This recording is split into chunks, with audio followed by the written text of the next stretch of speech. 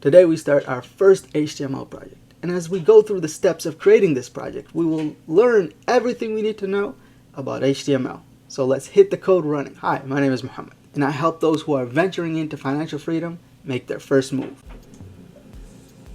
So first things first is we need to create a home for our project. So if we click Control here and then New Folder, we can name it Phone HTML project, since the project is a background for a phone. And let's take a look at what we have here. So this is what we're going to be creating for this project, and we're going to start today with the top section here. We can call it the header. And so if you haven't already, you can download the icons. I'll have a link in the description below, or you can find, if you haven't already, from the previous video when I introduced this project. So what we're going to do first is I'm going to open our text editor. And as you can see here from the project that I created, that we have a bunch of files here in the folder.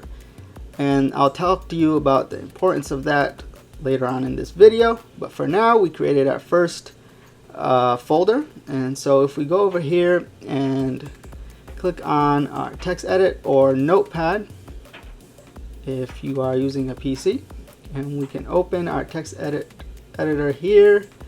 So, and I'm gonna make it bigger so you can see. So first of all, we're just gonna create our HTML setup. So I'm gonna do that. Doc type HTML,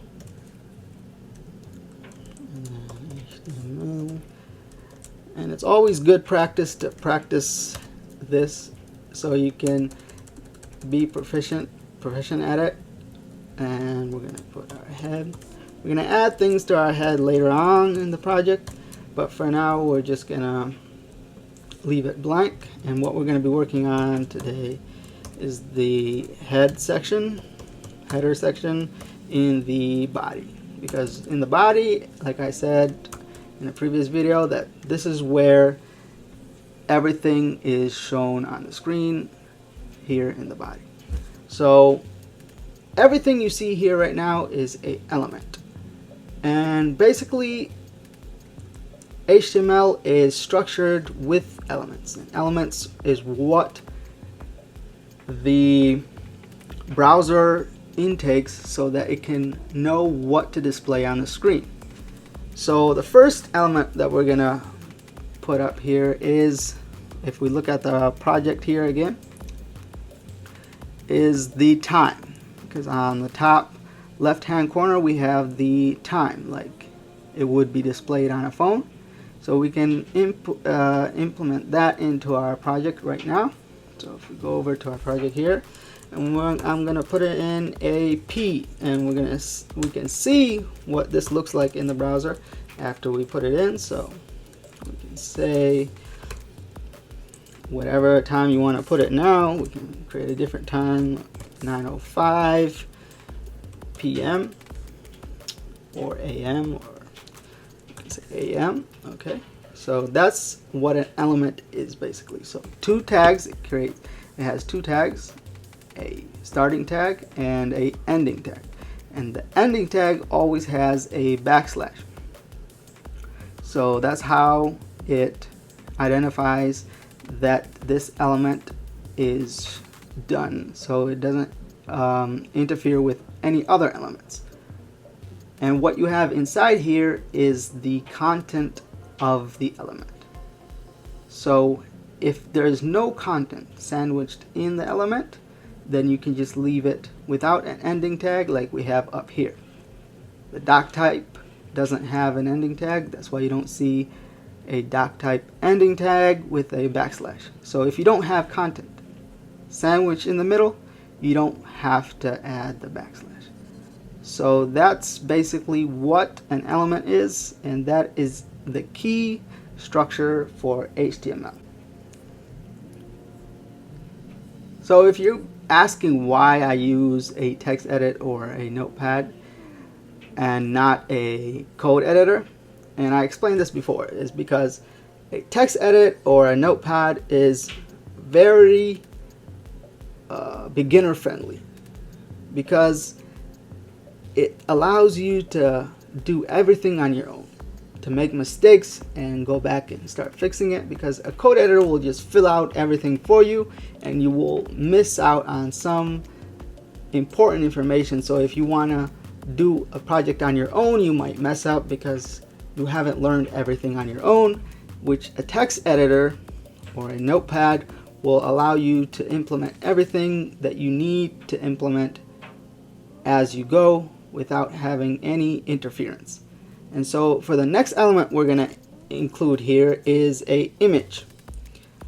And an image does not have an end tag.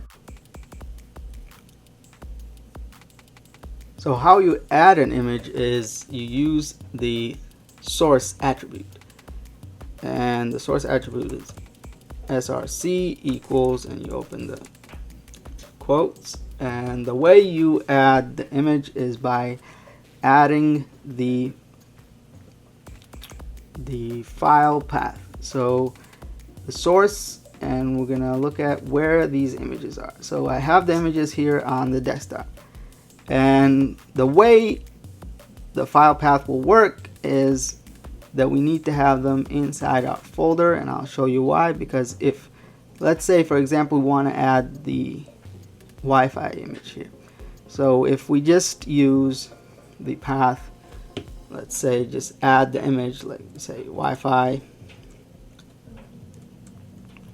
.png, and we just close the parentheses there, it won't work. So we can save this file. So we're going to save it under desktop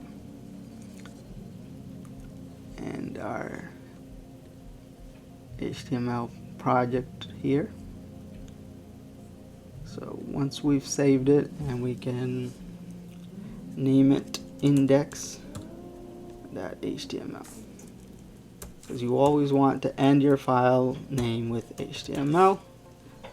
So once you have it, we can go and find it here. And if we click on it and it'll open in the browser, we can see our time up here, but we don't see the image. So we don't see these images show up on our project, our new project here. So why doesn't that show up is because it's not in the right place. So just by, if we go to the text edit here, just by adding the image name here does not open it. So it has to, the image has to be next to the file, the index.html file, for this specific code to work. So how do we make that work? So we can take this image and move it into the project folder here. So if we paste it in here, and now it should work. So if we go over to the browser again, open up, and then we refresh, we see the image pops up. So now what we can do is add the rest of the images to our code, and this is basically it. Now that we have added all the images, if we come over to the browser and we refresh, we can see that all the images have been added here. But there's one thing that's wrong, because if we look over here at the website we have, is that we have them small over here on the right hand corner, upper right hand corner, and on the upper left hand corner. So how does this happen, and how do these images come to be on the top right hand corner? Like, how do they move from over here to up here? So there's a little trick that we can use HTML to do designing, because usually you use CSS to design, but we can use a quick trick in HTML that we can use to design this. I will be doing that in the next tutorial. Until then, try to figure out what we're supposed to do to make that happen so it looks like this. So long.